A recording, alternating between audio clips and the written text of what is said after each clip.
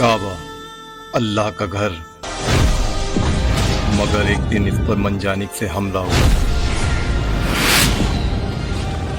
और कुछ ही दिन बाद जालिम बादशाह यजीद का खात्मा तकदीर के सफ़े पर हमेशा के लिए लिख दिया गया। या तो यजीद अब रहा नहीं है या शामी असाब फीरी नहीं है। ये सीन मुख्तार नामा सीरीज का है, लेकिन क्या आप जानते हैं ये वाक़या असल तारीख में कब, क्यों और कैसे हुआ था? आइए इस राज से पर्दा उठाते हैं। काबा, जहां से दीन की रोशनी पूरी दुनिया में फैली, मगर एक वक्त ऐसा भी आया जब इस घर को मंजनिक से आग बरसाई गई, दीवारें टूटी, किस्वा जल गया और हर तरफ आग का धुआं छा गया। और फिर कुछ ही दिन बाद यजीद मर गया, यजीद मर गया, खाने काबा पर हमला करने वाला मर गया। मगर कुछ सवाल आज भी बाकी हैं। क्या ये अल्लाह का मोजज़ा था या सिर्फ एक तारीकी इत्तिफाक? चलिए चलते हैं उस दौर में जहां सियासत, ताकत और तारीख टकरा रही थी। ये हमला 64 हिजरी यजीद इब्ने मुआविया ने दिया था, वही हुक्मरान जो करबला में इमाम हुसैन रजी अल्लाह ताला अन्हो की शहादत का जिम्मेदार माना जाता है। काबा पर हमला करने वाला सिपाही था हुसैन इब्ने नुमैर, जो यजीद का वफादार गवर्नर था। जब अब्दुल्ला इब्ने जुबैर रजी अल्लाह ताला अन्हो ने यजीद की बैत से इनकार कर दिया था, मुहर्रम के आगाज पर नुमैर की क़यादत में फौज मक्का पहुंची।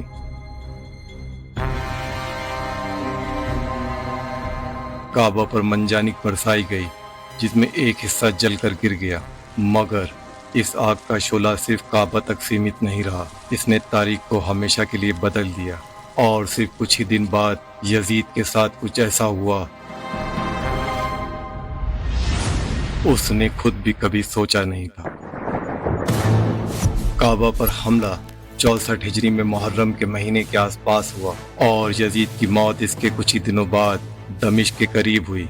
इत्तला मिली यजीद मर गया और फिर काबा का घेरा खत्म कर दिया गया। यानी एक आग बुझाने से पहले ही एक और जान बुझ गई। काबा पर हमला मक्का मुकर्रमा में हुआ। यजीद की मौत हावरन के एक कस्बे में हुई जो दमिश्क सीरिया के पास था। मगर सबसे बड़ी बात थी उस मौत का अंदाज। तारीखी किताबों में दो राय मिलती हैं। कुछ कहते हैं कि यजीद शराब नोशी, जुल्म और फितनों का शिकार था, अल्लाह का अजाब उस पर उतर आया। कुछ कहते हैं कि वो शिकार पर निकला था, गिर कर मर गया। चाहे वजह कुछ भी हो, वक्त का फैसला साफ था और इस तरह जिसने अल्लाह के घर को जला दिया, उसकी जिंदगी का चिराग भी बुझ गया।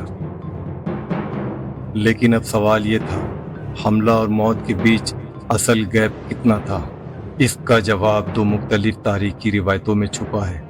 कुछ हिस्टोरियन के मुताबिक गैप सिर्फ 1 महीने से ज़्यादा था, लगभग 40 दिन।